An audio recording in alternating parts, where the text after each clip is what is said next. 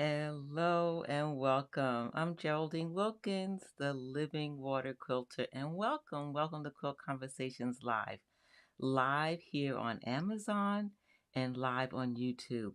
We're going to talk about my favorite and top tools for sewing. These are the top tools that I recommend for beginners. Well, even if you're not a beginner and you don't have these tools, you might want to include it in your sewing toolkit or your toolbox. And let's start, first of all, by looking at scissors. There are several types of scissors that we can get to help us in our sewing projects. If you're watching, unmute on Amazon and join us. I'm going to tap the carousel for the first one. We're going to talk about just general purpose scissors. We just need some general purpose scissors, and these are Fiskars general purpose scissors.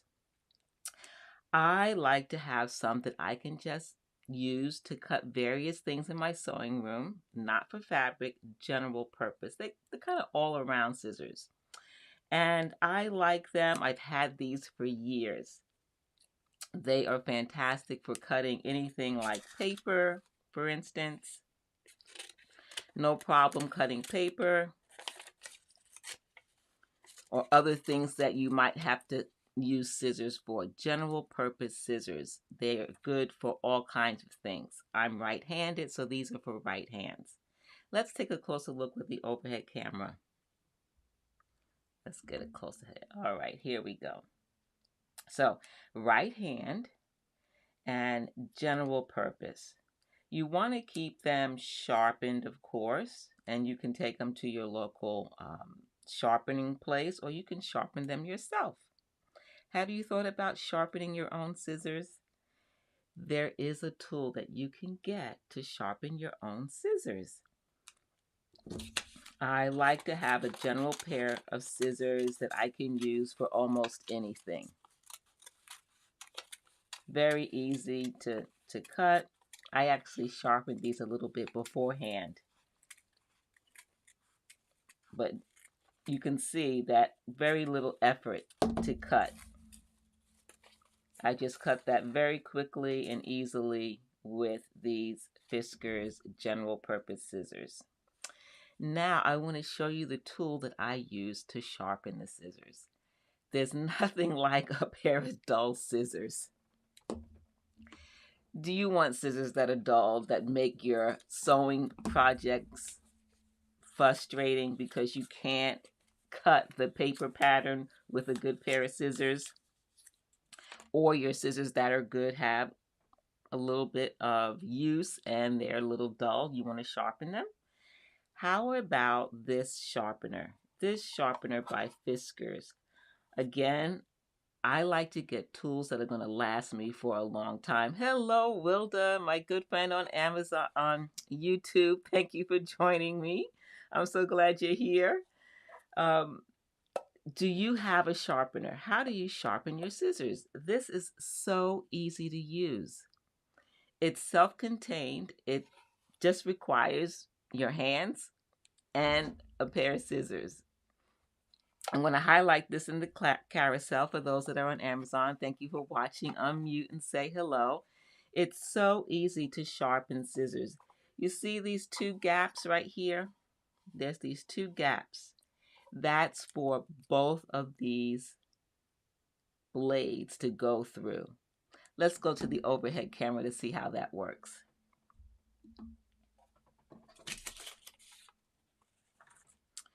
So here it is. You just put one blade on the bottom and one on the top. And then you just do your cutting or action back and forth.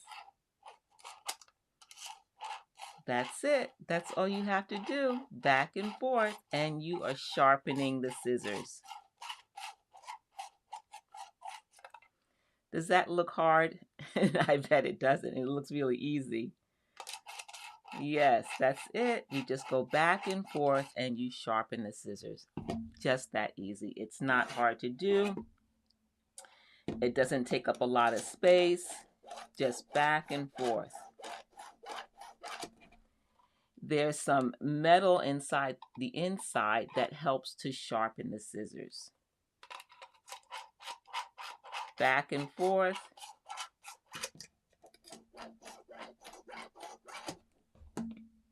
Okay, again, I've had this for a while. What you see in the carousel might be a different color, but it's the same product. Black here and gray here on the carousel on Amazon. And now that I've sharpened the scissors, let's see. So quick. It's going through multiple layers. Let's fold this a few times. So this is 4 layers. Fold it again. Should I do that many layers? Let's see how this is going to work. So that's 1, 2, 3, 4, and then fold it. So that's 8 layers. Wow. Look at that. Just the tips. Easily. Very little pressure required because I sharpened them. And these are the Fiskars scissors, general purpose scissors, and this is the sharpener.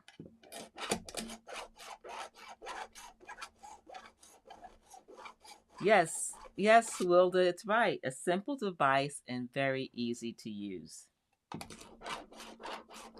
Scissors for sewers are an investment. They are an investment so that you can have success in your sewing projects. You will use these scissors over and over again for various purposes. So that's one pair of scissors. That's the general purpose scissors. Now there are some scissors that are specific for specific tasks. There's some tasks that general purpose scissors just won't work. You need something that's going to be more effective and not damage your work in progress. And I love these scissors. I'm going to highlight them in the carousel. These are little curved scissors. They're curved along the edge. That edge is curved and they're small. See how small they are compared to the general purpose scissors? Whoops. Okay, let me move that over there. So these are the general purpose scissors, right? See the size comparison? These are very small compared to the general purpose. Hello, Lois. So glad you're here. Welcome. Lois is watching us from Delaware and she's on YouTube. Welcome. So I love these smaller scissors and here's why. Let me show you. These smaller scissors, again, they're curved tipped. Can you see that curve, that gentle curve there along the tip? It goes up just enough so that when I'm cutting close to the fabric, I don't cut the fabric. I want to cut this stray piece of thread, but I don't want to damage the fabric as I cut.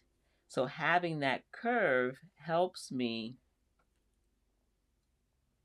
to cut the thread without cutting the fabric. This was my little sample. I was testing some stitching and I had this extra, so I thought I'd show this to you on camera.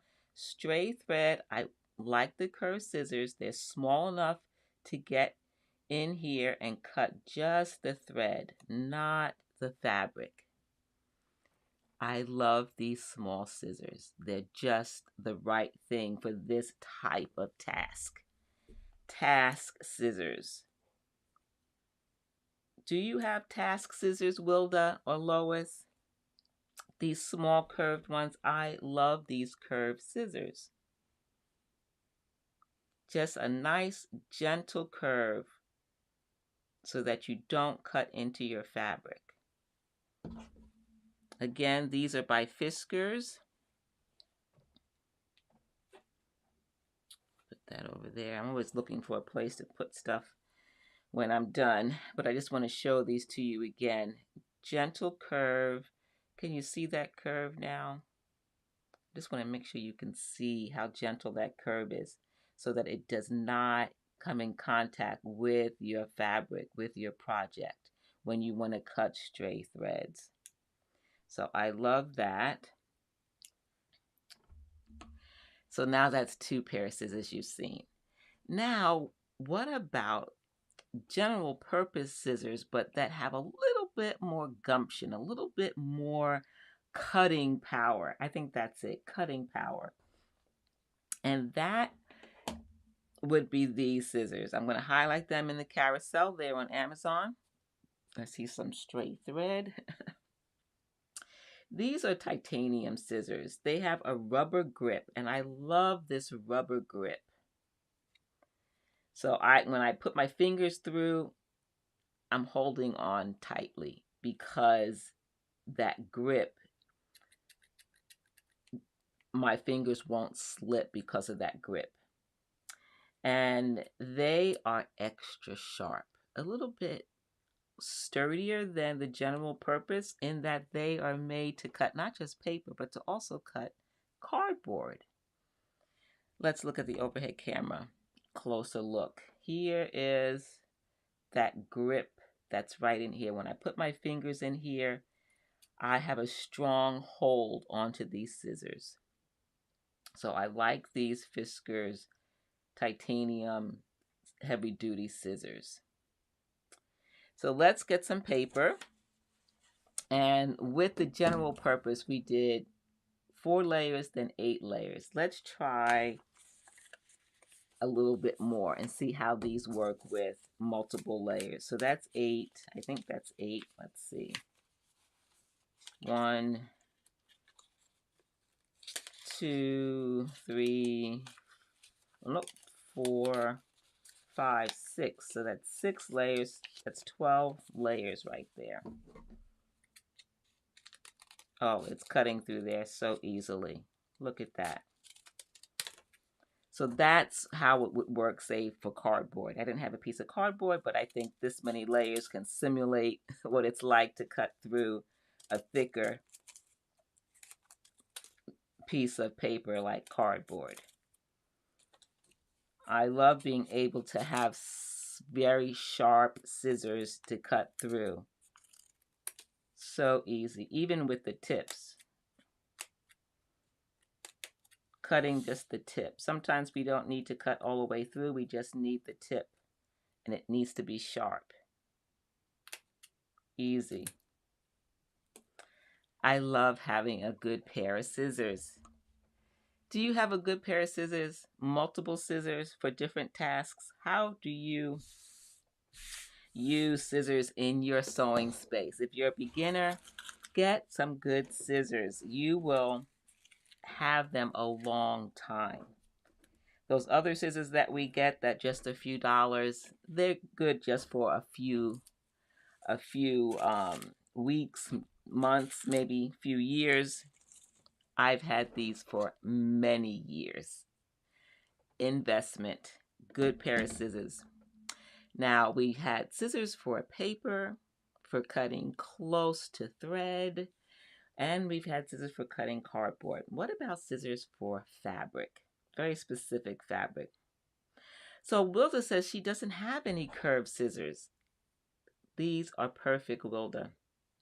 If you're doing, I know you like to do cross stitch and other hand work, like when you're doing your binding, and when you're binding a quilt and you want to cut off that little piece of thread without cutting the fabric. How many of us have cut into our fabric because we're using straight scissors as opposed to curved scissors? You see the difference? These are curved. You can see that curve, I think, on camera. I have done that. I have cut through my fabric because I was too lazy to go get my curved scissors. That's why. Get a pair if you think you need them. It's a worthwhile investment. So my favorite fabric shears, dressmaker shears for fabric, are these. I love these scissors. I'm highlighting them in the carousel. These are Ginghers dressmaker shears. 8 inches. They are amazingly sharp, and it's a heavy-duty pair of scissors. Heavy duty, heavy duty. Let's go to the overhead camera. Heavy-duty pair of scissors. Love these scissors. Again, you can get them with left hand or right-handed. It's whatever you need. Here's some fabric, and it just cuts through that fabric like butter. Can you hear that sound? Let's listen to that. So Wilda says she just finished attaching binding a few minutes ago. So see, she's working on her quilts. So easy to cut. It's effortless when you have the right tool. You're not struggling. I love a good pair of scissors. And these are tips for beginners. If you're just beginning your sewing or quilting journey, get tools that are going to help you succeed in your project. Don't hesitate. So let's fold this a couple of times and see how that works.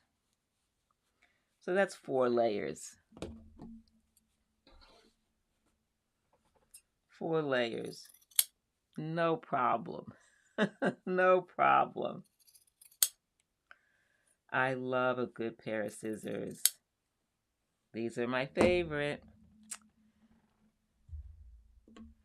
So do you own a good pair of scissors? Do you need general purpose scissors, or do you need scissors for fabric cutting? Get a good pair of scissors. Invest in that. The right tool for the right task. It makes all the difference. Now, another thing that if you are a quilter that you want to invest in is a good rotary cutter. Good rotary cutter. And they come in different sizes. This is a 45 millimeter. And I have a smaller 28 millimeter. The 28 is good for curves, patterns that are curved designs. All right, Lois, you have a pair for your embroidery. Fantastic. And then Lois also has the Ginghers scissors, several different. Wonderful. Good investment. I bet you had them for years. This 45 millimeter rotary cutter, I'll highlight it in the carousel, and it is 11% off, so it's on sale. Get it while you can. This is my main rotary cutter. I use this more than anything else. And when I'm doing curves, I will use this 28 millimeter. It gets into those nice tight curves. So these are 2 main fabric cutting system when you're using an acrylic ruler. And you want to keep these sharp, and you can sharpen them yourself. There is a tool, which I'll highlight in the carousel. Those watching on Amazon Live, welcome, unmute, join the conversation. We're talking about tools, must-have tools, essential tools for sewers, for quilters. They're beginning tools that you can start your sewing journey with if you're a beginner. The right pair of scissors, the right rotary tools for cutting fabric, things that you will have for your entire career, your entire journey for sewing and quilting. So if you want to sharpen this yourself, you can get a sharpener. And I love this sharpener. It's so easy. Let me show it to you.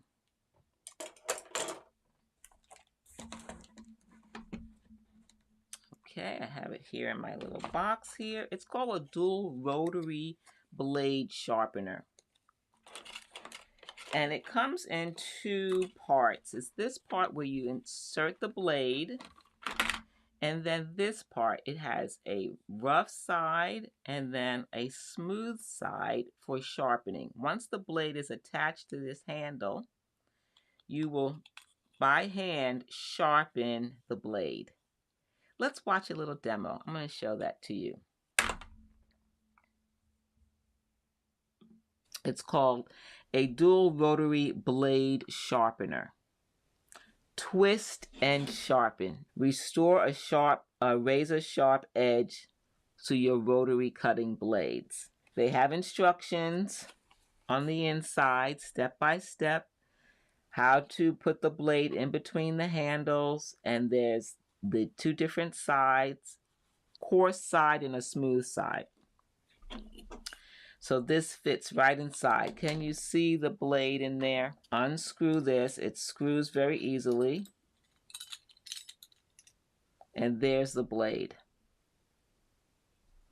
And then once the blade is in on top, it rests on the inside. You see how it rests right inside? Then I can just take the other handle and screw that on top. And once it's tightened, it's ready to be sharpened. And then you just twist. Twist, and you sharpen it. It's called a... So what do you think? Was that easy? Yes. This is the two-sided sharpener. This is the handle that you put the blade in, and then you just twist and you sharpen your rotary blades. Very easy to do. I love having the tools, the right tools, and then a way to maintaining your blades. I showed you how to sharpen scissors yourself, and now how to sharpen rotary blades. All right, now let's look at, let's see, what's next in the carousel on Amazon. Now, this is one of those tools that I love to share because a lot of times we find tools that were not made for sewing or quilting. They were made for something else. And this is one of those tools. But you can use it. I'm going to use this suction grip for my acrylic ruler. Now, the acrylic ruler is a large one. Let me reach over here and get it.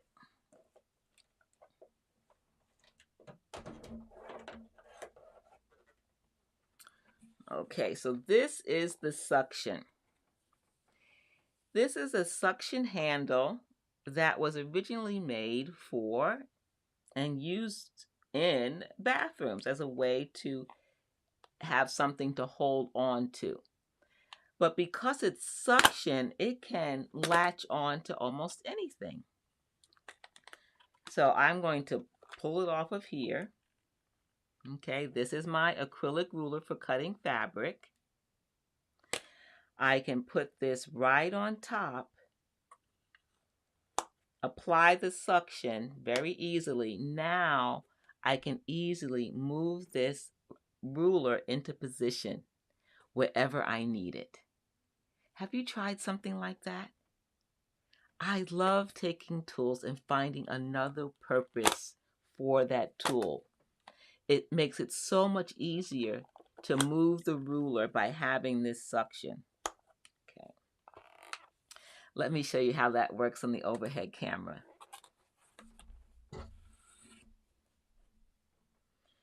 All right, here we go. I'm going to go for the wide shot. Yeah, I think that's nice and wide. That's good. And this is my acrylic ruler. I'll highlight it in the carousel. How are my ladies on YouTube doing? Have you used anything like this before, this kind of suction?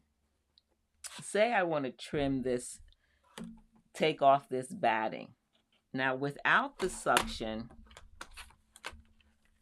I would move my ruler into place, right? And say I had to make an adjustment. I'd have to slide the ruler, which we do, but this makes it more convenient. Taking this suction handle, now I can slide and move the ruler so easily and reposition it into the spot that I want. I want to cut off this extra batting. Let me slide this down so you can see it in camera. And I'll highlight in the carousel this suction again. handle. And it also, because of the handle, my hand is far from the rotary blade. My hand is up here on the handle. So when I cut it, my fingers are in a safer position. So easy. Now I just lift this with the handle and I can rotate it. Hello, Denise. So glad you're here. Hello. We are looking at some fun must-have tools, the top tools for sewers, especially for beginners.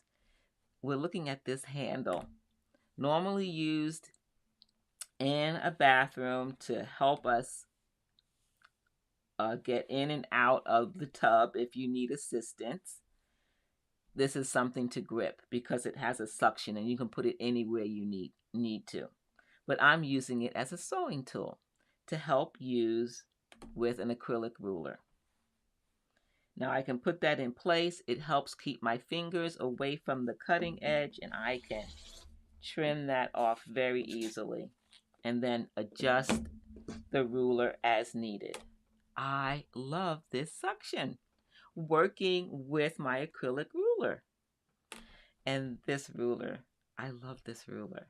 This is one of my favorites. I use several of the Creative Grid rulers. I'll highlight this in the carousel.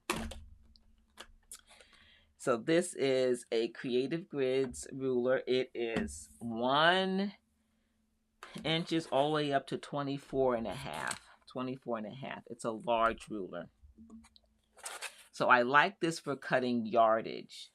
It has the usual Creative Grids gripping system. You see these circles? This is an incorporated grip system in the ruler. It helps to grip the fabric. So it's 24 and a half inches long and 6.5 inches wide. 6.5 inches. And the numbers are in black and white, so you can see it on light and dark fabric. I love these Creative Grid rulers. So easy to use. And you can start on one side, half increments or whole inch increments. So you just turn it to whatever side you need. If you need half measurements, you turn it to this side. If you need whole measurements, you turn it to this side.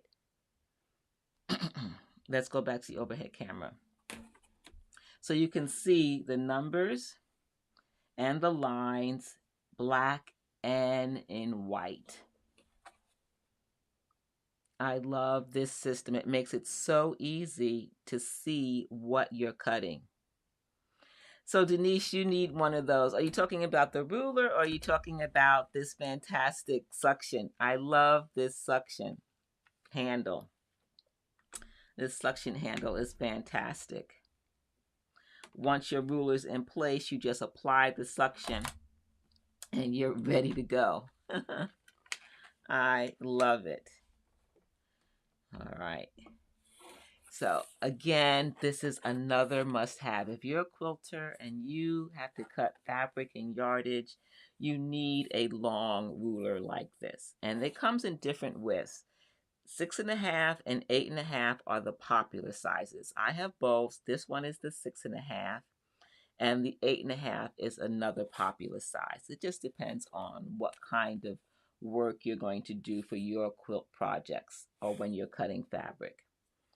But these are durable cutting rulers with easy to read numbers. Another good investment. Yes, you'll need that suction, right? I agree with you. This is fantastic.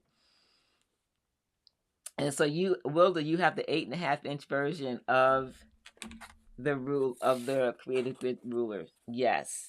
Do you like it? Do you use it every time you sew or quilt? How often do you use your ruler? I'm curious.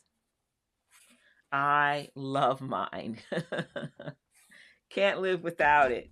You know, that's why these are the top tools, because I find that I use them all the time. I can't live without them as long as I'm sewing and quilting.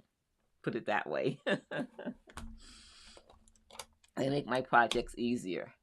So I showed you that. Now I want to show you some other convenient tools, tools that just make it easier. When our sewing projects are made easier with these tools, it's enjoyable. And this one, you're probably wondering, what is that? You see that? Isn't that interesting? It has this little lever. It has this little dip here. There's a hole here at the top. This is a needle threader and thread cutter. So Wilda says she uses her ruler constantly. Yes. This needle threader, I'm not exaggerating when I say I can't live without it. When I need to thread a needle, I do it two ways. Either with this or with a self-threading needle, which I'll show you, an easy threader. This is for a needle that is closed. The eye is closed. The only way to get the thread into the needle is to go through the eye of the needle. And this will thread those types of needles. Let me show you how it works. So here's a close-up. This is by Clover. This is the lever. This is the hole where you put the needle in right here. Right in here is a groove where you can cut your thread. I will show you how this works. All right, let me get some thread and needles. Here's some needles.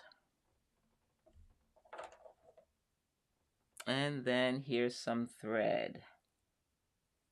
So I need to thread a needle. Have you seen this before, Wilda, Denise, Lois, ladies over there on YouTube? Have you seen this before? Hello, Nicole. Thank you for following. Welcome to Quilt Conversations Live. I love talking about the tools that we use to make our sewing and quilting projects easy. Yes, and this is one of them. So here's the hole at the top that I mentioned. I'm going to take one of these needles. And you take the eye end of the needle and you put it inside the hole. Oops, this one is too big for that one. Okay, let me try another one. That needle size is too big. Okay, there we go. So the needle is right inside that hole. You just drop it in. Don't ask me how it works. It just works. You have a pink one of these. Yes, okay. They come in different colors. In the carousel, it's green right now on Amazon. So now you take your thread and you put it right down inside this area here. You just lay it right down in here. Let's see, let me turn it this way. So here's the thread and you lay it down in there. And then you have this handle. Once that thread is resting inside there, you just push the handle and it threads the needle. Okay, make sure that's all the way down. Sometimes I have to do it a couple of times. Okay. How about you, Wilda? Do you have to do it a couple of times or do you get it on the first try? All right. Okay, let me try another needle. Usually it works on the first or the second try. That needle was a little bent, to be honest. Okay.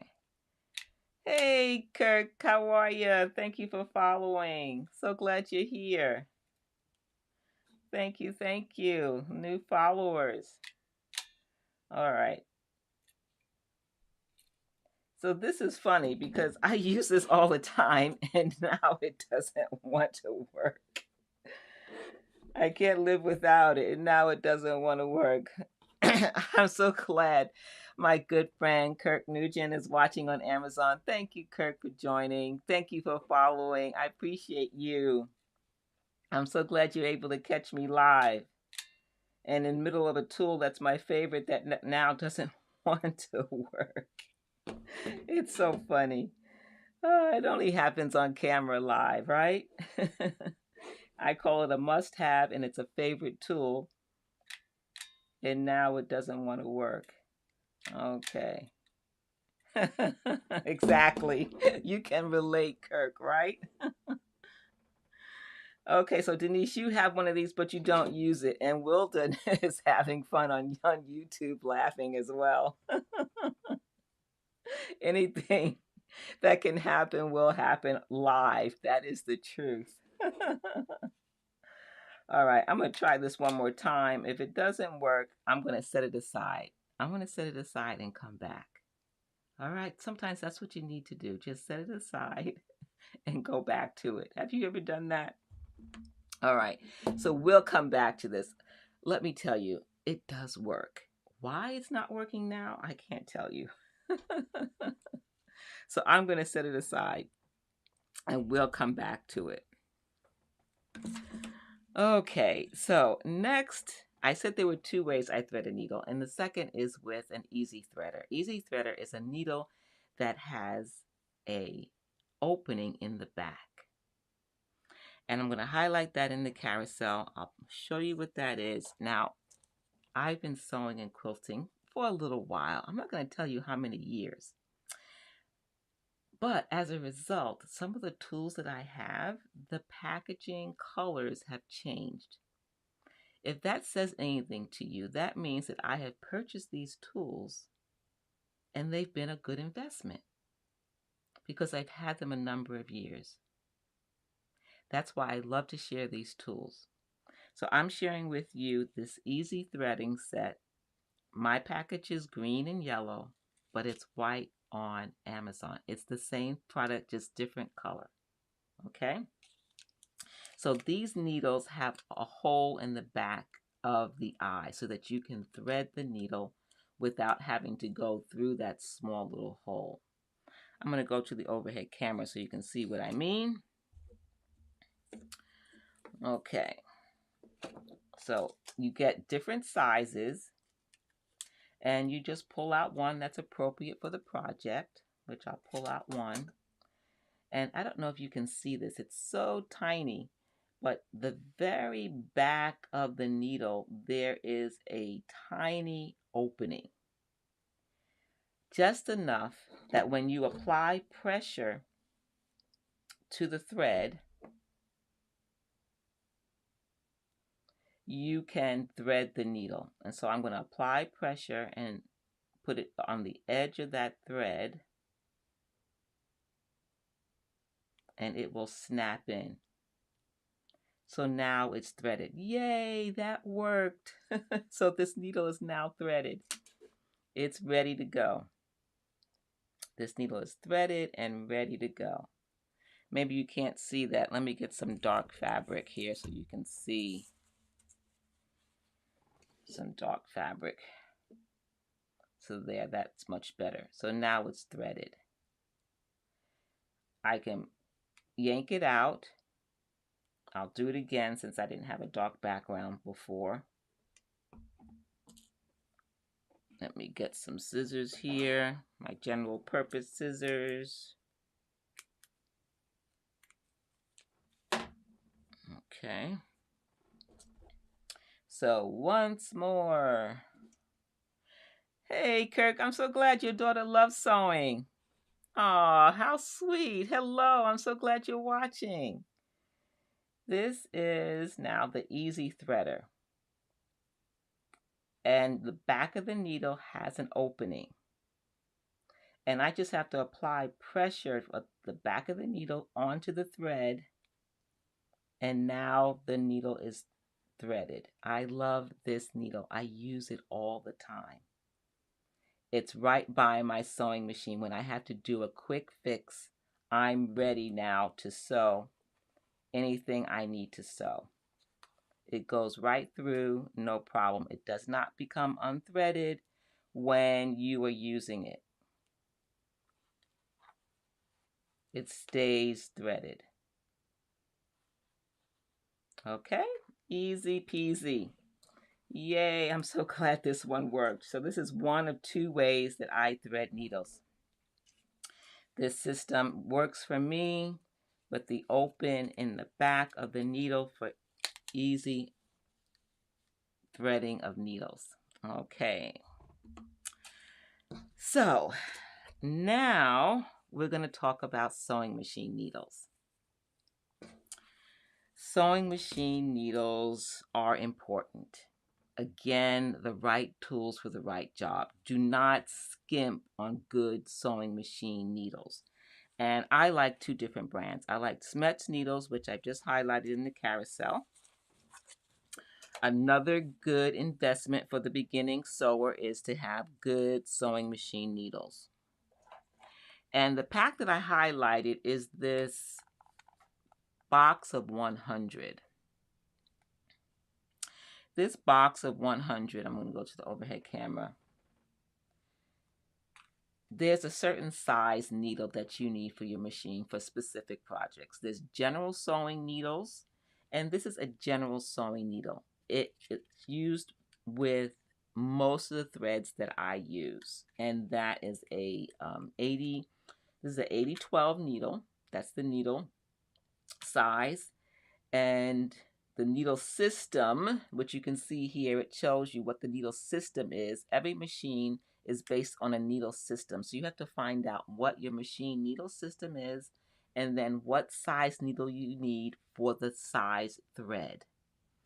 This is for 50 weight thread. And so 50 weight thread is what I use mostly. When I sew most projects, I'm using 50 weight thread. So it was a good investment for me to get 100 needles. I'm good to go. And this is my system for my sewing machine. So I love this. It's good investment because I save by buying in bulk.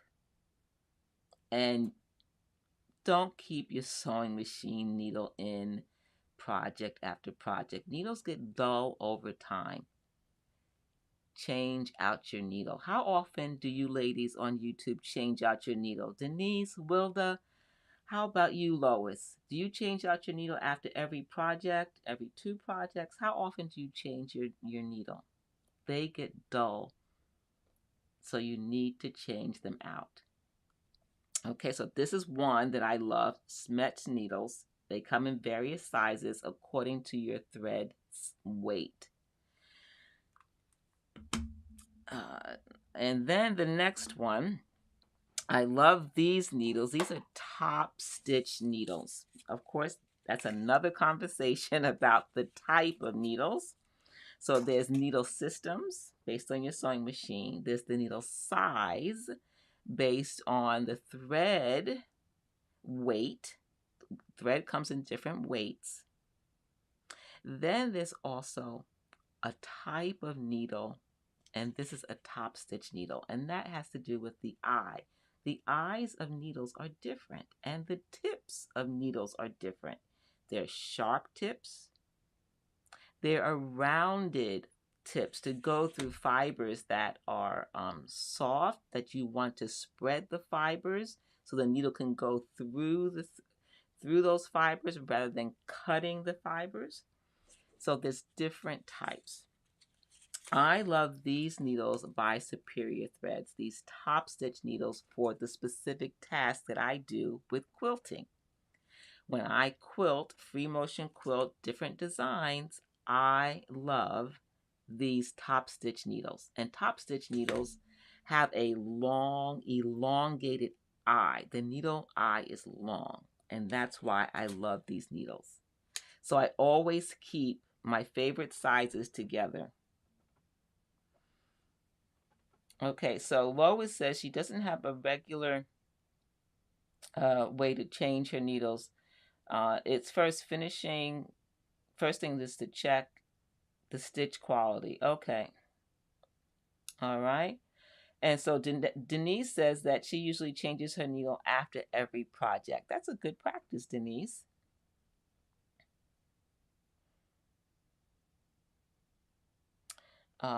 I love these needles. So there are certain threads that I use, weights of thread that I use for quilting, and that these needles correspond to.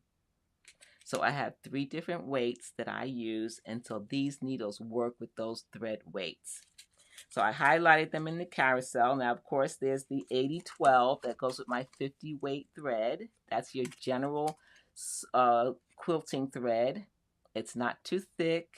It's not too thin. It's like middle of the road, 50 weight thread. Good for piecing quilts. And then 90-14, that's for thicker thread. I'll highlight that in the carousel. This is a bigger needle for thicker thread. Then I have a Topstitch 116.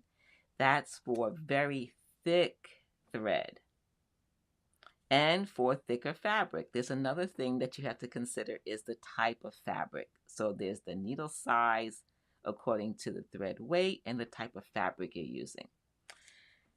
I say for beginners, start with 1 weight, 50 weight thread and 1 needle, and that would be the 80-12. And I'll highlight that in the carousel again. That's the, hopefully this is the right one here. I think this is the right one. Yes, that's the right one. And 50 weight thread. So 80-12 needle and 50 weight thread for beginners. Start there first. Make your life easier. Don't make it complicated. 50 weight is a good thread to start with. It can work for almost any project, whether you're sewing clothing, bags, a quilt, or stitching beautiful designs and embroidery.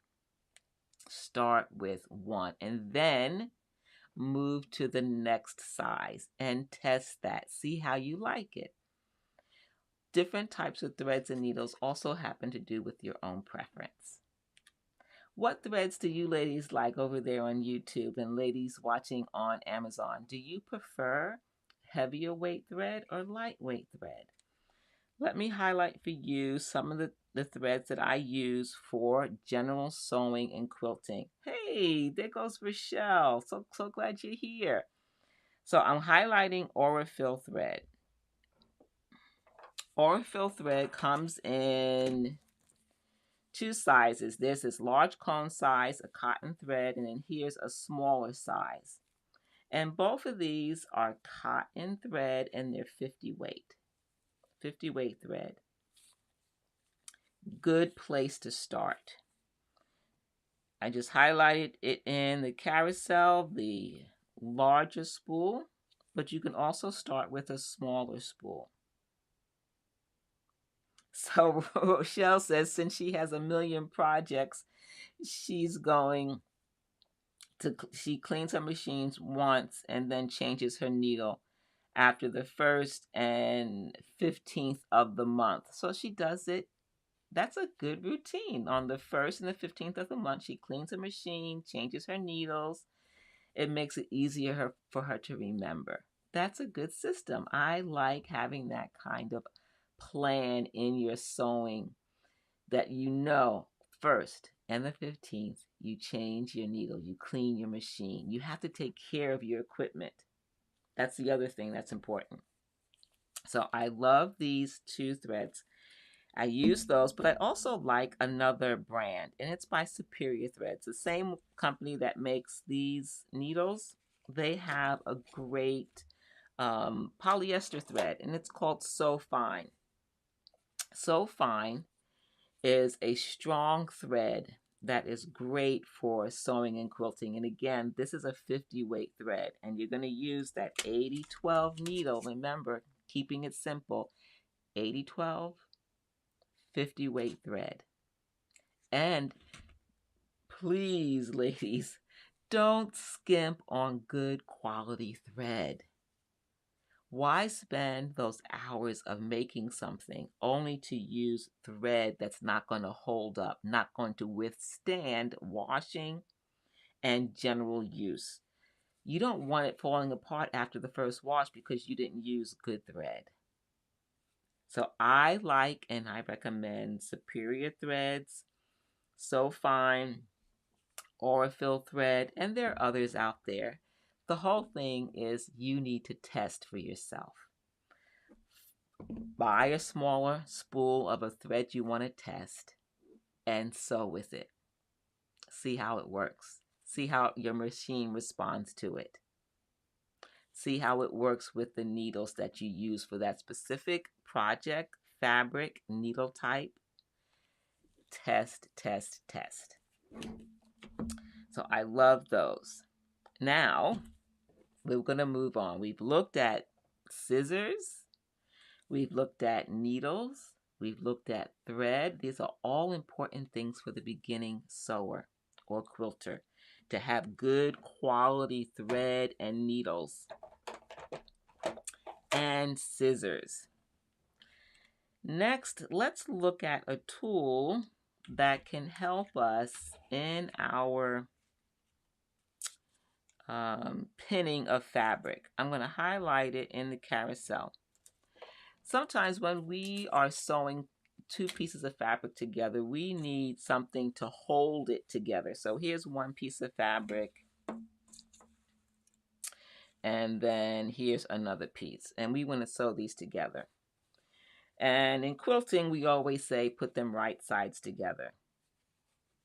Then you want to bring them to your sewing machine, and you want to make sure that they stay in place, that they don't move. I'm putting them right sides together, and I'm matching up the edges, the top and the left side. Let's go to the overhead camera. And I want to sew these two together, and I don't want them to shift when I sew. So I use pins. Again, good quality pins. These are pins by Clover. I've highlighted these in the carousel. And these are specifically flower head pins. They're flat. Now there's some that are round. I prefer flat pins, but you might prefer a different type. And these pins are fine. And it says right here that for sheer and lightweight fabrics. So, does that make you think that not every pin is alike? You can't just say, oh, let me get that box of 25 or get that box of 10 or that package of 20. You want to make sure you're getting the right pins for the specific task. Now, this is cotton fabric. Sheer fabric, of course, is very delicate. Not as delicate as this cotton woven fabric, but you can still use it. I like something that's going to be, here we go. It also says flathead is convenient for machine stitching and for ironing. There are all those pins. Let's take out one. And so you want it to be nice and sharp so that it goes right into that fabric easily. So some ladies like to pin this way. And some like to pin in another way. They like to pin in this direction. Which way do you like to pin? I'm going to do this like that. Okay. Which way do you like to pin? I think I'm going to try the other side because it looks like it's too dark on the camera. Let me get a lighter fabric. Let's try this pinkish one. Maybe that will help a little bit. See the difference. So pin this way. Hey Nora, so glad you're here. Thanks for joining us here on YouTube. We are also live on Amazon, and this is Quilt Conversations Live. We are talking about tools for sewing and quilting. Good beginner tools, tools that we need that are an investment, that are going to help us in our sewing and quilting journey. Which way do you like to pin? Number 1 or number 2? My ladies on YouTube who are quilters, I know that you ladies sew and quilt. Wilda says she uses 50 weight thread. Fantastic. which way do you like to pin? These pins are just the right size. Even though this is made for shears and lightweight fabric, I like that they pierce and they are holding this fabric in place. So Lois likes number 1. Wilda likes number 2. When you pin this way and you're putting the fabric through the machine, once you get to the pin, when it's like this, you'll remove the pin. I do not recommend stitching over a pin. When it's like this in number 2, if you pin it far enough away from the needle, you will not have to remove the pin because the needle will not come in contact with the pin. But it's personal choice. It is up to you. You have to decide which way works for you. So Rochelle says she likes to pin as little as possible. So option 3 is down here for you, Rochelle. No pin. I like that. So all right, so Denise says that she likes to pin on the right-hand side. She learned that in 4-H.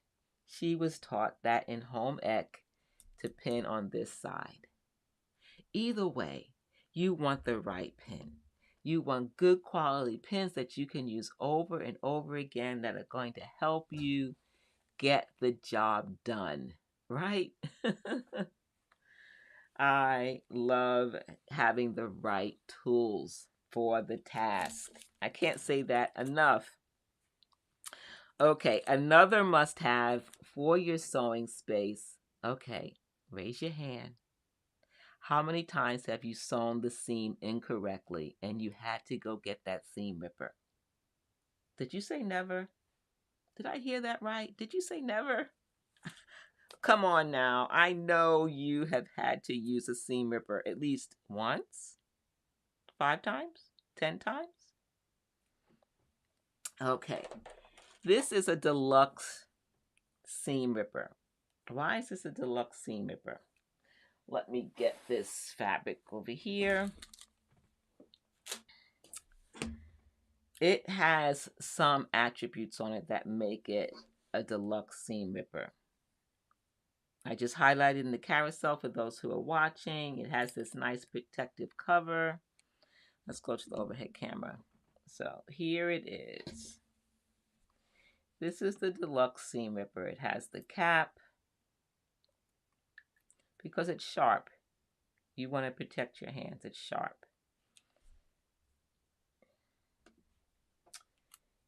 It has this little red tip right here, this ball. That is so that you don't cut your fabric when you're using the seam ripper. You might have seen seam rippers that don't have this little red protective piece of, I guess it's some kind of acrylic or plastic, but it's permanent. It doesn't come off. And that's so that you don't inadvertently cut your project.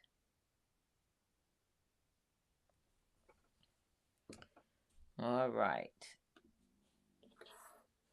So if I wanted to cut or take out these seams, I'm putting my seam ripper right through that stitch because that's what I want to cut. Right through there. I want to take out these seams or these stitches. It's not really a seam. This is more of stitches on the surface of the quilt, of the fabric. When you have 2 pieces of fabric sewn together and it's on the inside, that's where the seam is. I don't think I have an example of that here. I didn't put one together. But it's basically the same thing. You're going to put this right through the thread so that you can cut the thread.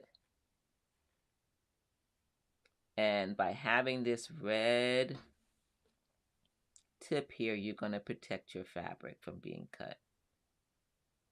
All right.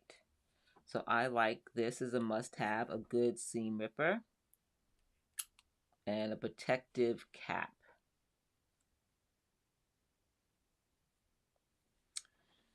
Okay, so speaking of foibles and other fun stuff that happens in the sewing room, have you ever dropped a container of pins or safety pins?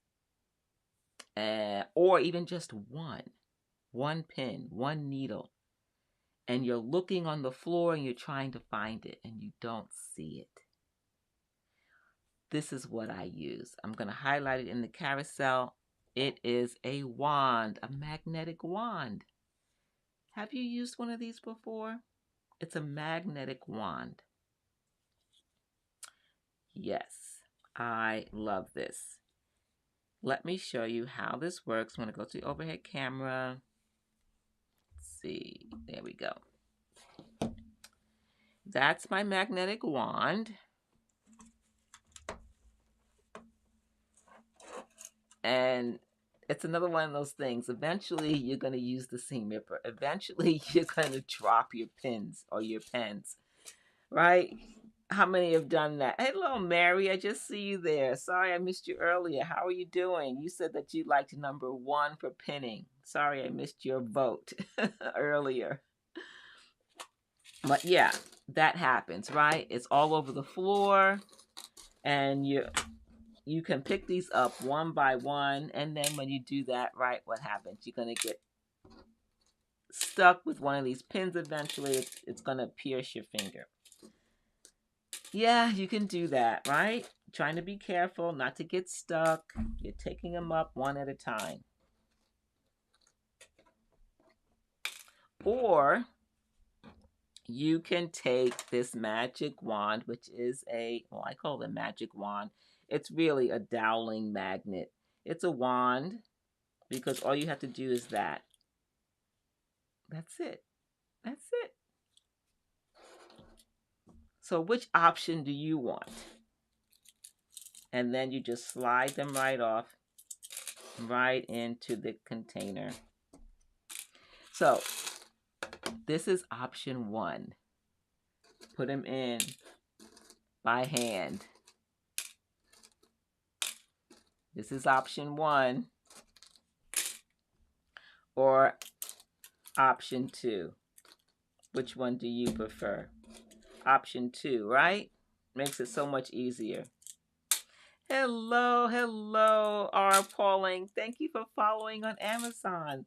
Hello, my friends on Amazon. This is Geraldine Wilkins, the Living Water Quilter, and I'm talking about those must-have tools for sewing. Especially if you're a beginner, these are tools that are going to be an investment that you're going to use over and over, and it's going to be convenient. It's going to make it easier. Ah, thank you. So kind of you. I'm excited about tools that make my life easier. Now, remember those fine needles?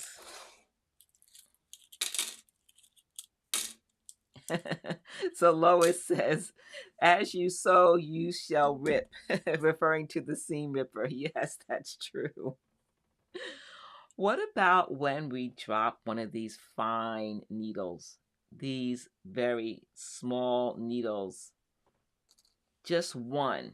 You hear it, you hear the sound, it drops to the floor, or if you have carpeting, you don't hear it. So you can't figure out the direction that it went. But if you take your wand over the carpet, you will find that needle. That's another reason why I like this. So if you have a room with carpeting and you can't find the needle, this is perfect for that. All right, another must-have tool. Love it, love it, love it. So I'm going to backtrack and show you another tool that I say it's a must-have, because if you're making anything that requires folding of fabric and pressing, like a hem. Say you have to do a bag strap, or anything that you have to fold, like binding or something like that, and you want some assistance in that, you can use a Ezy Hem gauge. Have you heard of it? Have you heard of an Ezy Hem gauge? Let me know in the chat. Have you heard of it? Where is mine at? Here it is. This is an Ezy Hem gauge. And basically what it does, it helps you to fold fabric over this metal piece. There's a curved edge, and then there's a straight edge, and then you have numbers. You have half-inch increments, inches, centimeters. You have a ruler on this side and on this side, and then you have this side with more measurements. 3 inches, 2 inches, 6.4 centimeters, all these different measurements to help you get the accurate fold or crease or hem. Let's look at a demo.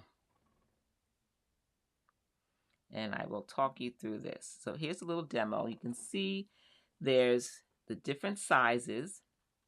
You can use one side or the other depending upon your project. You can use a straight edge or a curve. I'm using a straight edge here, and I want a 1-inch fold. So I'm pushing the fabric up to the 1-inch line, making sure that the ruler is making contact with the fold on the inside. Then I can just put my iron right on top, and then shift, and then continue to adjust, and I just fold the fabric up to that 1-inch line because I want a 1-inch hem. Have you ever used a tool like this before? It makes it so easy to create hems at different sizes just by using the lines on the gauge. So you have centimeters and you have inches. Whole inches, half inches. It's whatever you need. What do you think about that? If you are a garment sewer, clothing, you want to do a hem along the bottom of a shirt or a dress or any other project that you're doing, maybe you're a bag maker and you need to do straps and you need to fold it in. There's all kinds of reasons why you would need something like this. So Lois says that she's had one of these for years. I love this. When we invest in tools like this, good tools, they last for years. And Lois says that over there on YouTube. She's had one for years that the numbers are starting to wear off. That's how long she's had it. Love having good tools. And this is one of them. So I see it as a must-have because it's convenient. Convenience also helps us make more projects, speed the project sewing time. And so this is one. Now I want to show you, let's see. How about basting? Do you glue baste? Do you ever use glue to baste anything? I use various types of glue basting in my projects. And I'm going to highlight one that's kind of an easy one that a lot of ladies use, and that's Elmer's Washable School Glue. Elmer's Washable School Glue is fantastic for glue basting.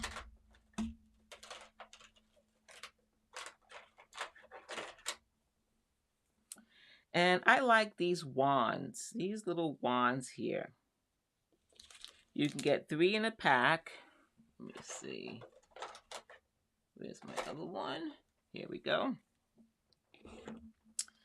And the reason why I like these is because it's easy to handle and you have these nice tips. These nice tips. So hi Cindy, thank you for watching over there on Amazon. She uses glue to baste. And so let's go to the overhead camera.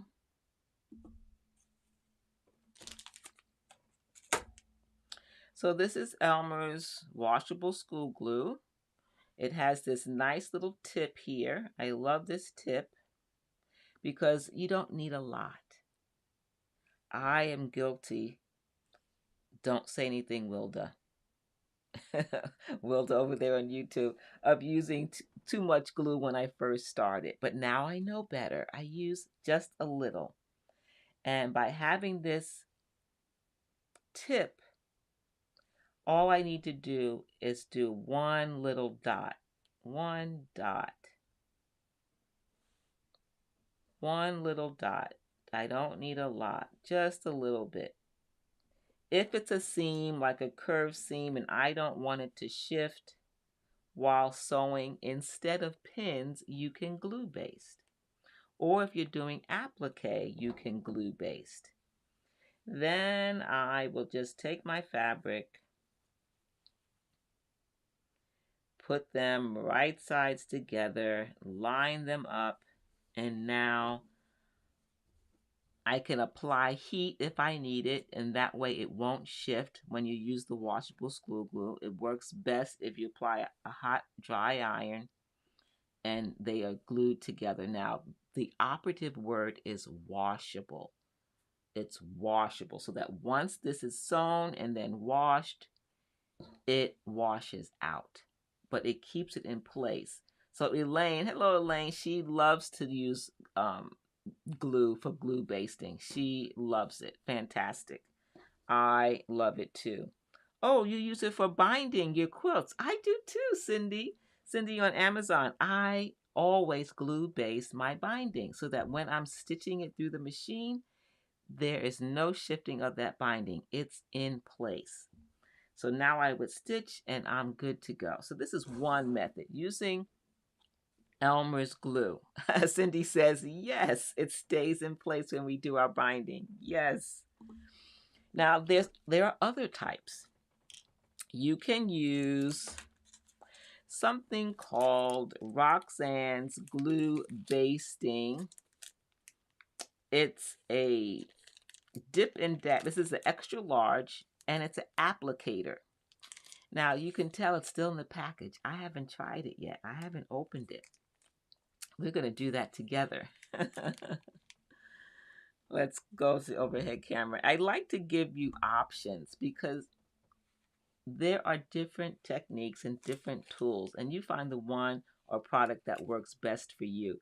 So this is Roxanne's Glue Basted. It's a dip and dab. Maybe you don't want the applicator with the school glue and using the heat and all that. This is also washable, 100% water soluble. It dries clear, which is fantastic. It's flexible, and it's great for applique work and for quilting pieces like I did here with the other glue. It holds firmly until moistened or washed. So that's it. It holds in place. I like that. That's what it says. Let's open it up. So Rochelle on YouTube says that she also likes to use glue basting for her binding. So let's see this one here. Okay, let's look at this applicator. Now, because I had that experience with using too much glue, I now look for glue basting that has the ability to just do a little, not to overdo it. So I didn't iron this, and this was with the other glue, and it's together. This is the washable school glue, so it's already sticking together. Yeah, now I'm just pulling a little bit harder. Let's do the other side to this one. So a little dab, that's what it says. So this actually puts in less glue than the applicator with the Elmer's glue. It's really just a dab. Just a dab. I like that. What do you ladies think? Which applicator do you like? Do you like the squeeze with one dot method? Or do you like this applicator one where you just dab it on?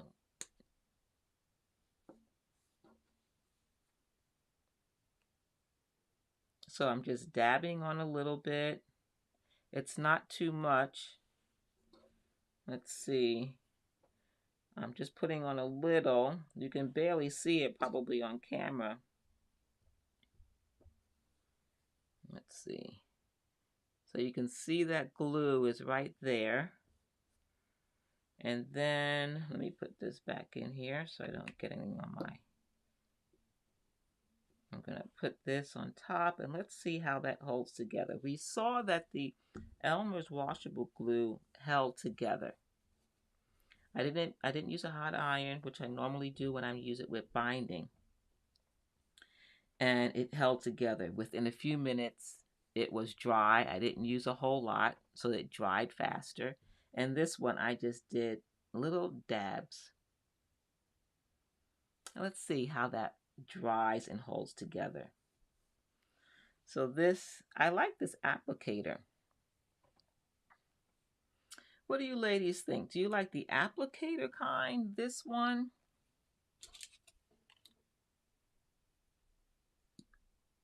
I think this is kind of nice having this little dab so you can put on just a little and not too much. I think it's easier to put on too much with this one, even though it's a small tip. I guess you would have to learn how to do a little at a time. Let me highlight on Amazon. This is highlighted now in the carousel. If you're interested in this one, Roxanne glue based it, dip and dab. This is the extra large size.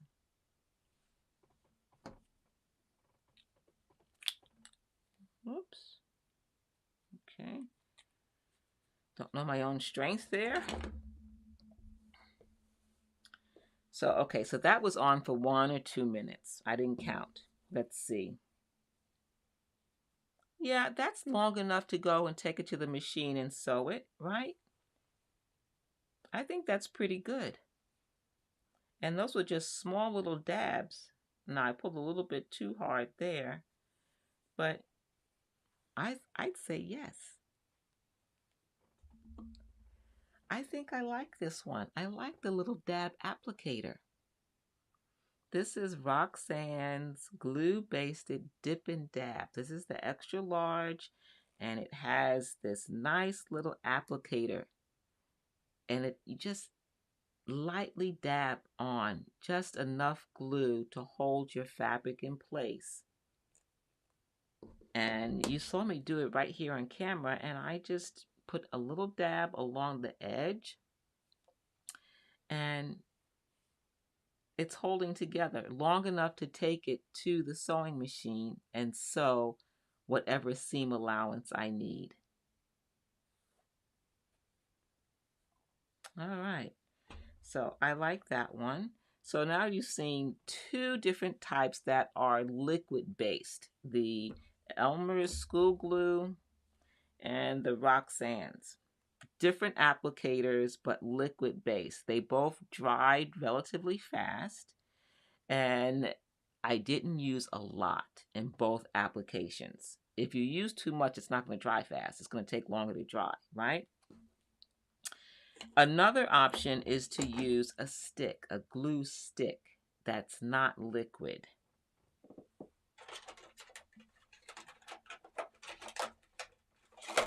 Here it is. Do you like glue sticks? I've highlighted that in the carousel. This is a glue stick. When do you use a glue stick as opposed to a liquid applicator? Lois says that she likes the refill applicator. Well, you know what, Lois? I found out that I can get, and here it is, guilty as charged. I have the super size of the school washable glue. I'll highlight it in the carousel on Amazon. Hopefully I put it in there. I don't know if I did or not. Let's see. Yep, I did. There it is. Actually, it's on sale. It's 32% off. I get this big one and I can refill these applicators. It's easy. Easy to refill these applicators. So you can buy the applicator. This tip comes off and you just refill it. Easy peasy. So I like that. This is going to last me a long time. Well, you can see. Can you see a little bit here? I'm more than halfway through this. I don't know if I've had this for 4 years, 2 years, 3 years. I can't tell you, but you can see I use this glue a lot.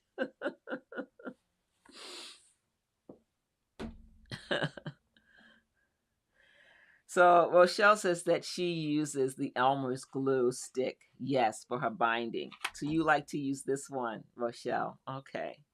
Yeah. Do you refill yours? Or did you just go out and buy another one?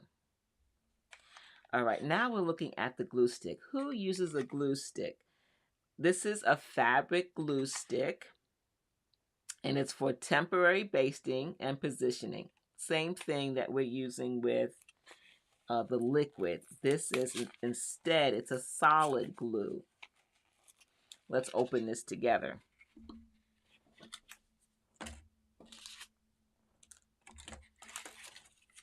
So, before I destroy the back with the instructions on it, it says remove the cap, twist, and baste slightly.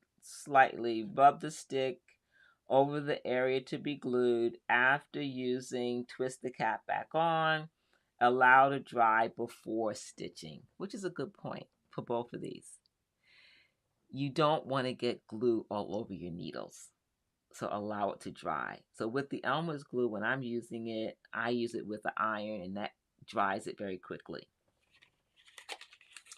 So let me see if I can open this from the bottom rather than get, I want to keep the instructions. All right, there it is.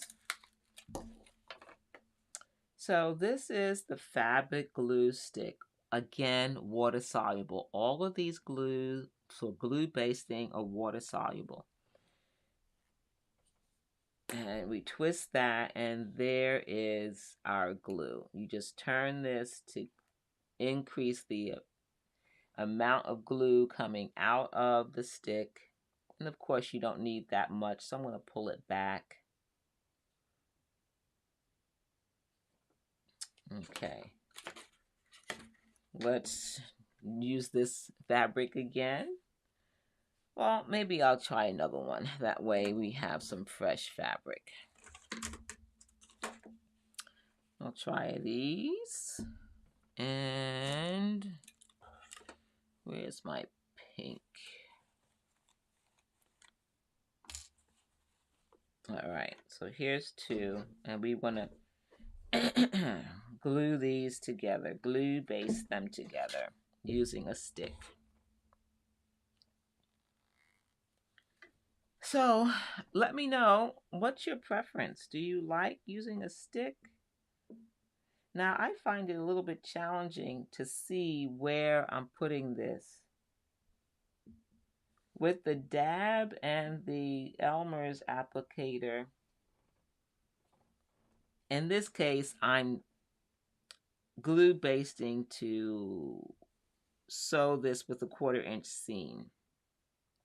If I'm doing another type of project where I want to put a lot of glue, I can see where I would use this glue stick. Because with a tiny applicator, it would take too long, right? With this one, I want to just dab it within the seam allowance. I don't want to go past the seam allowance. And I think it's easy to do that with this because it's just too big.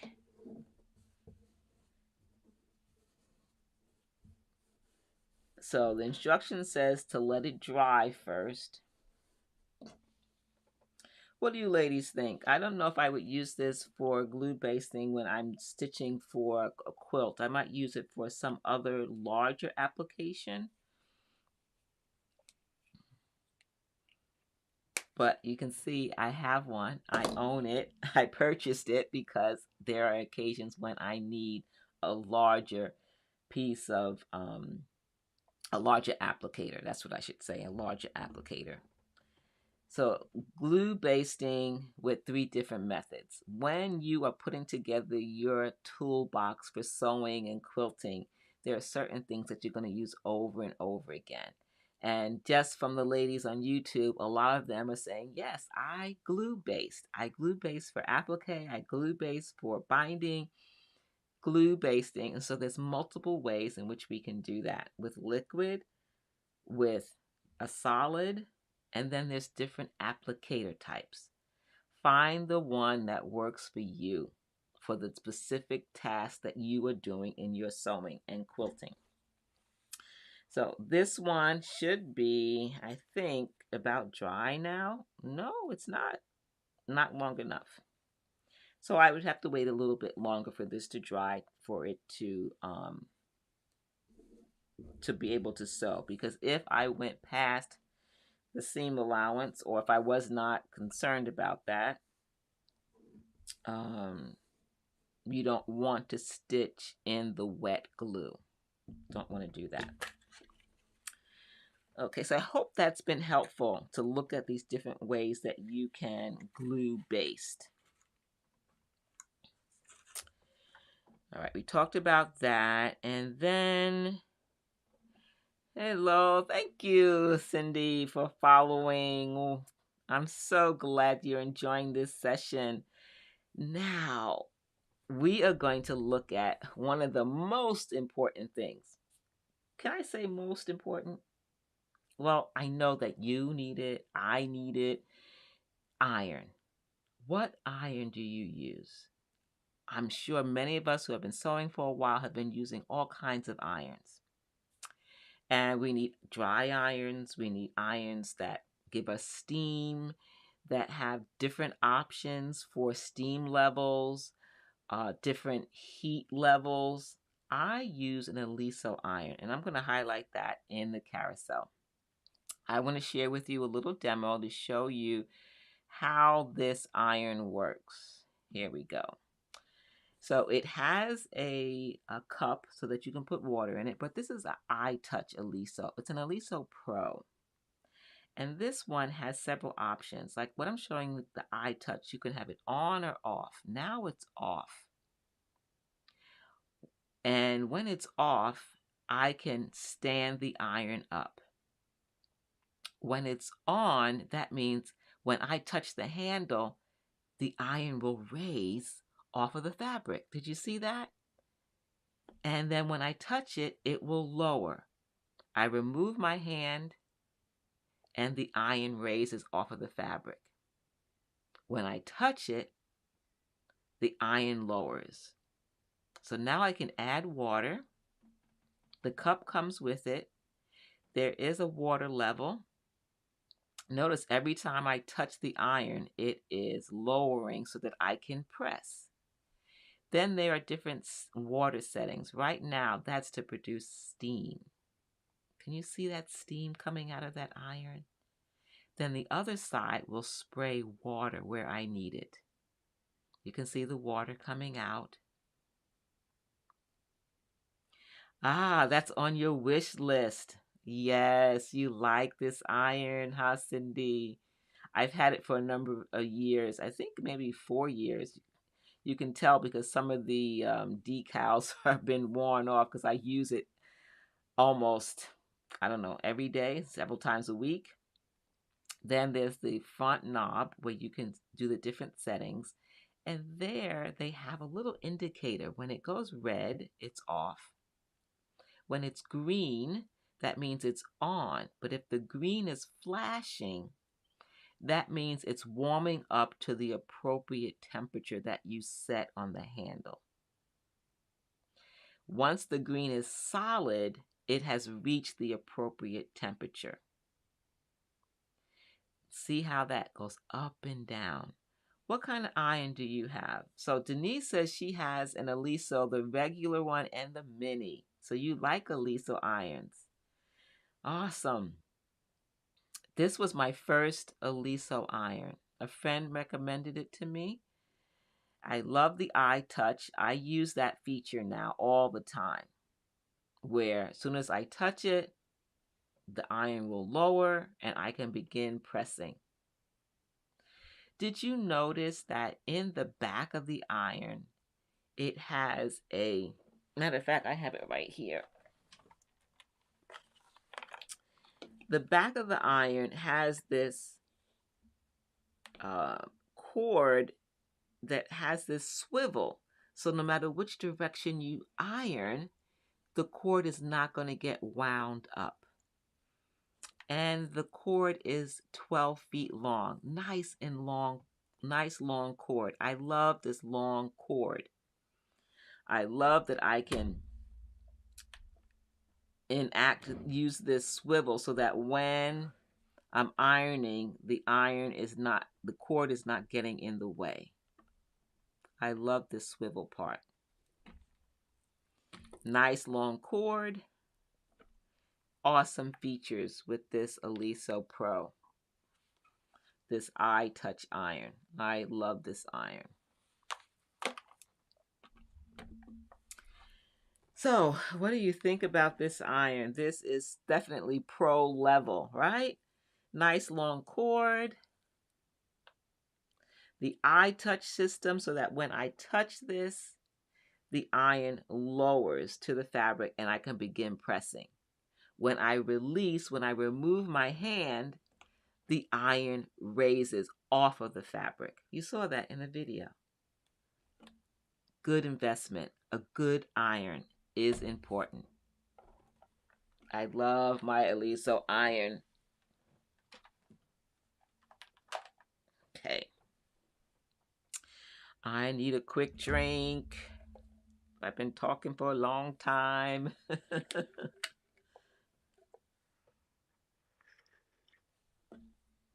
So this is my favorite mug. Ladies who have been here with me on Wednesdays, you know I go live every single Wednesday, 7 p.m. And I go until I talk about all the products, all the tools in the carousel on Amazon Live. And tonight we're talking about sewing tools, must-have tools for our sewing space to make our life sewing and quilting easy, to make the task enjoyable. And so we've talked about scissors, we've talked about glue basting, we've talked about rotary cutters, and all kinds of tools that I consider must-haves, especially for beginners. These are investments, tools you're going to have a long time that you're going to use over and over again. All right, so what is left? We're almost done talking about everything. I think the last thing we're going to talk about are tools that we use for marking. Sometimes we need help with marking on our fabric, and there are different things that we can use. What's your favorite marking tool? Lois, Denise, how about you, Elaine? What marking tools do you like? My ladies over there on YouTube. I like several kinds, and it depends. It depends on the fabric. It depends what I'm marking for. And so I'm going to bring in some fabric. Let me see. Here's my fabric. Here it is. All right, so let's bring in some fabric. Nice big piece of fabric. And this one is my favorite for marking when I'm using a ruler to help me mark. Actually, I have two of them, but, well, let me just show it to you. It's a Chaco marker. There's chalk on this end, And this is the cap. And there's a wheel in here, a wheel. So when I use the wheel against the fabric, the chalk comes out and makes a line, a precise line, which I love. Let's take a look.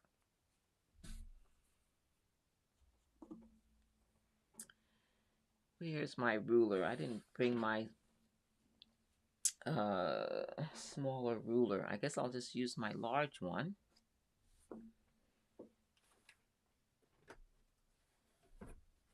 Okay, here it is. So I want to mark some lines. Hello, Athena Denise. Thank you for following on Amazon. So glad you're here. Okay, Cindy, you have to go. So glad you were able to join me. I'll see you next time, hopefully Wednesday, 7 p.m. Eastern Standard Time here on Amazon. I'm so glad you found it. Thank you so much. I'm glad you enjoyed it. Okay, so here is the Chaco. So Elaine says she likes to use Frixion pens. A lot of ladies like to use those. This is the Clover Chaco liner. There's chalk on this end, and there's a wheel on this side. You can tell I've been using it. It has some marks on it. So I would just put my ruler in place. And then I can just take the wheel and go right against the ruler to mark my line. Just like that. Straight, beautiful line. Easy. I love it. I love this. Now, there's another one that I like. And then you can get, before I show you the other one, you can get a refill for this Clover Charcoal liner. Let me show that to you. This is the refill. You can get a refill cartridge. Easy peasy. Love this. And it comes in multiple colors. So whether you're a dressmaker or a quilter, you can get this to use for various marking projects. Oh, you're welcome, Denise. You got to go too. You'll watch the remainder on the replay. Fantastic. Thank you for reminding me. Ladies, on YouTube and Amazon, there's always a replay. If you can't stay the whole time, I certainly understand. Life goes on, but there's a replay. So watch the replay for the rest of today's session. So glad you were here. Thank you for following. So the second one, let's see, is this one here. I highlighted it in the carousel. I love this little nifty tool. This tool, the chalk is inside of here. And you can see what color the chalk is by this little window. And there's a wheel on this end. Can you hear that? So there's a wheel here, the chalk is in here, and you can refill this. This comes out, and you can fill this with more chalk or a different color. And so again, I would just put this along the edge, and I've made a line. So fast and easy. So I like this one for one purpose, and this one I use for another tool that I use for marking. And this fits right inside the inside the tool. So that's why I have this one and this one. This fits inside another tool that I use for marking, and this I can use either one of these when I'm using a straight edge ruler. But this one I need for a specific tool. So again, use case. What are you going to use the tool for? Buy the right one so that you can use it for the specific project or tool you're going to use. I love these tools. So that's 2 ways to mark with chalk. Now, here's a third way to mark with chalk. And in fact, this is what I started with many years ago. This is an old set. I've had it for a long time.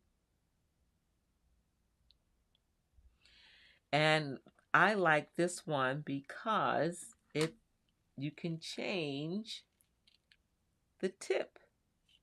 You can change what color you want inside this, and you hold it like you would a pen, something you're used to holding. It comes with multiple colors.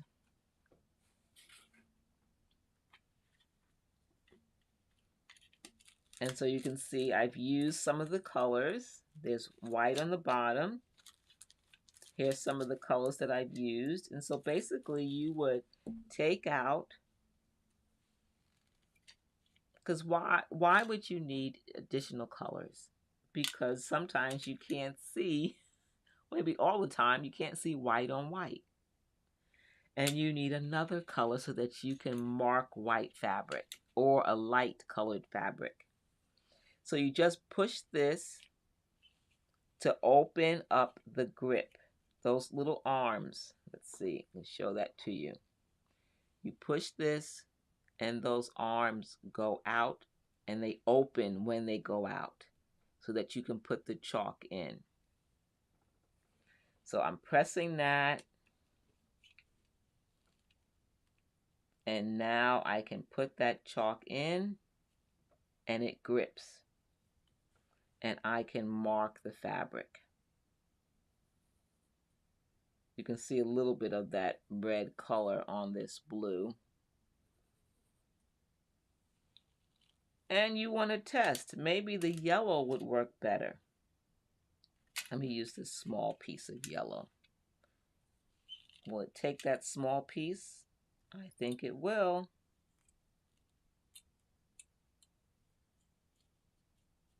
Okay, that itty bitty piece of yellow, it did take it. So there, the yellow shows up better on this blue fabric than the red. So this is an option when you need to mark, and it doesn't have to be as precise as these. Sometimes you want a very narrow line, or you need a thicker line, or this one you don't necessarily need it to be thin or thick, but you need a variation in color because of the fabric that you're using. Again, I've had these for years. Investment. You want tools that are going to work with your project so that when you need it, you have it. Because basically when you need it, you need it. That's how it goes, right?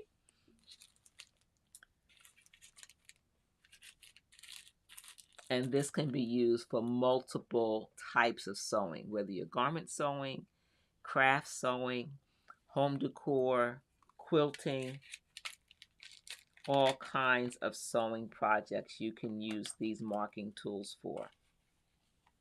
So I love using this one.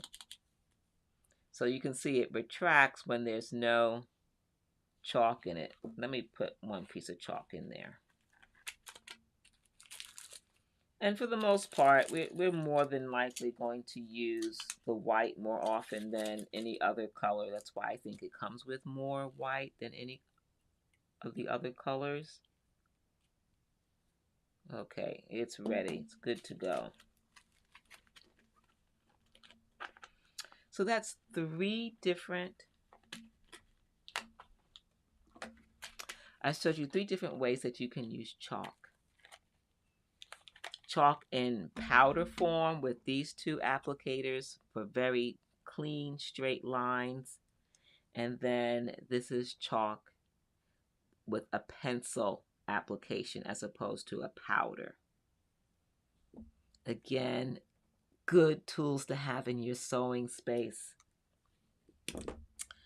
All right, I need just another sip here.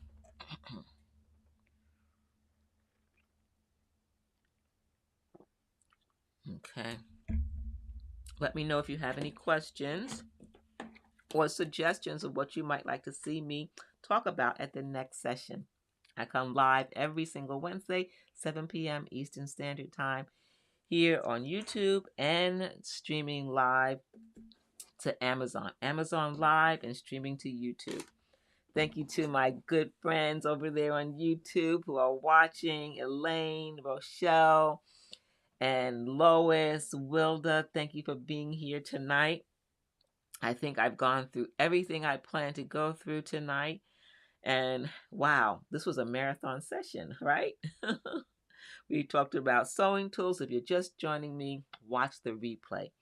We had some fun talking about the right scissors for the right task, scissors for fabric, scissors for paper, cardboard, and then curved scissors.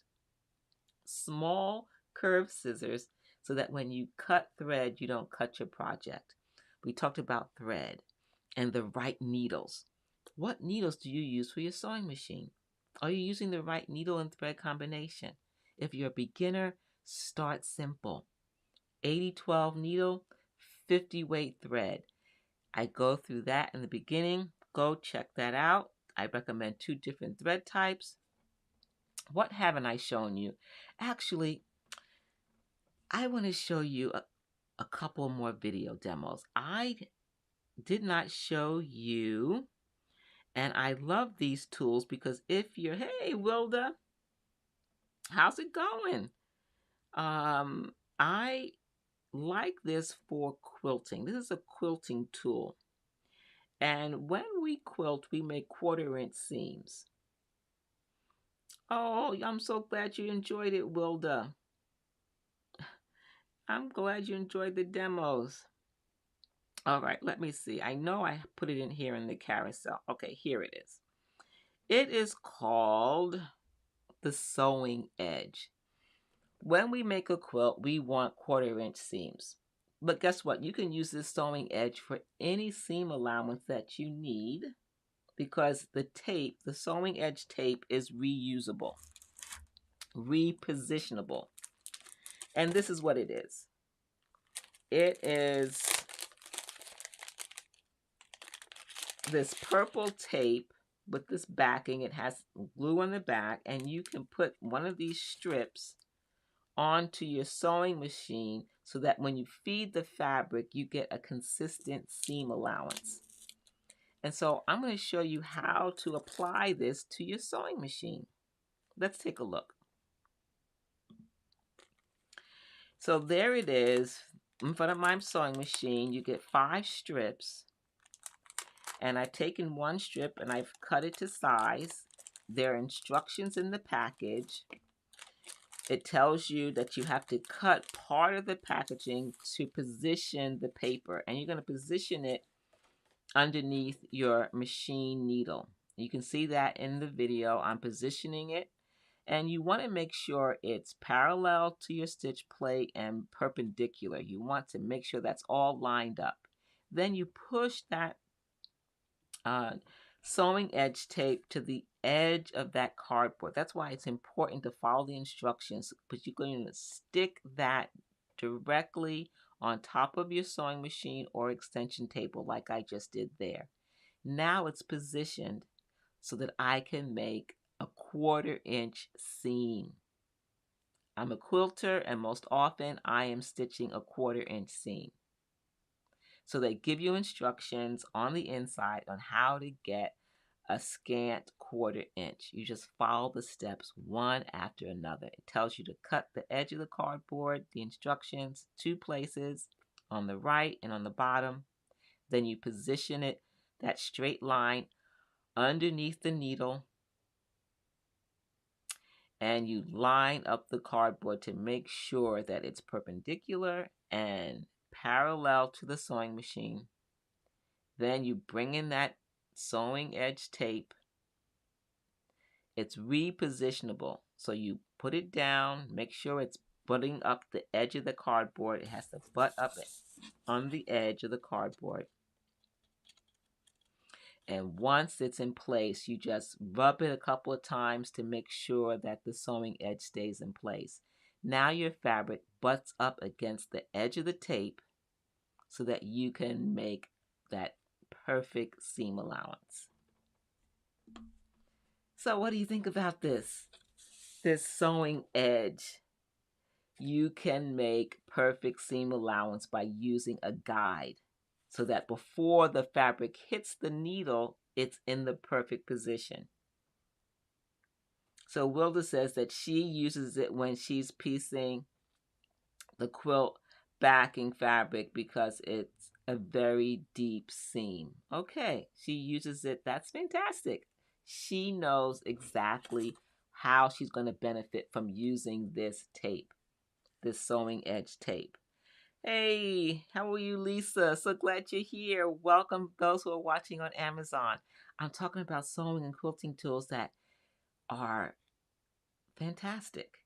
They're great for beginners. They're great for anyone to have in their sewing space because you're going to use it over and over again. These are tools that will make your life easier, like this one, the sewing edge. You use this tape to create the seam allowance you need for your project, and it's repositionable. So you put it down, you pick it up, you need a different seam allowance, and then you change it. Love it. Now, you can use the cardboard instructions that come with this to get that 1/4 inch seam allowance, or you can use this tool. It's a companion tool, and it's called the Corner Cut 60. Corner Cut 60. Oops, it fell out. That's what this is. This is the Corner Cut 60. It's 2 sewing tools in one. Now, if you watched my live, I think maybe 2 lives ago, they're on the replay on Amazon below. You can find it below. I talk about how to use this to cut triangles and also how to cut the tips of triangles. But there's another application, and I want to show that to you. It's a way to use this sewing edge by using this to help you get the right seam allowance for quilting. Let's watch this demo. So now I've taken this tool. It has 3 lines on it that are a 1/4 inch away, a little bit less than a 1/4 inch. It has that minus sign, or it has a plus sign that says it's a little bit bigger than a 1/4 inch. When it's the back, there is a groove. You put the needle in the groove of the seam allowance you want. In my case, I wanted a scant 1/4 inch. I wanted a little bit less than a 1/4 inch. I'm putting the needle in the groove. I put the presser foot down, make sure the temple is straight with the feed dogs. Now I'm taking the tape and I'm lining it up right next to the edge of the tool, so that when I'm feeding my fabric, I'm going to get that scant 1/4 inch seam allowance. And that's it. I did not have to use the cardboard instructions. There's 2 methods of putting down that sewing edge tape. This is the second, using this tool. If you don't have this tool, you can use the instructions that come with the tape.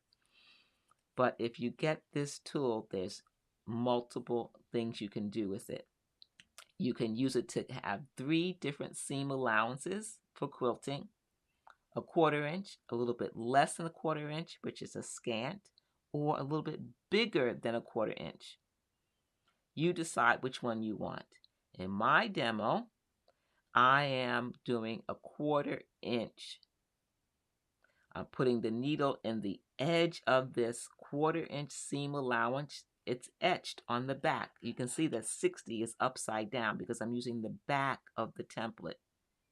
Once that edge is straight, I can take my sewing edge and position it just beyond or just before the needle, so that when I'm guiding my fabric, it's already in position to give me a scant 1/4 inch seam allowance.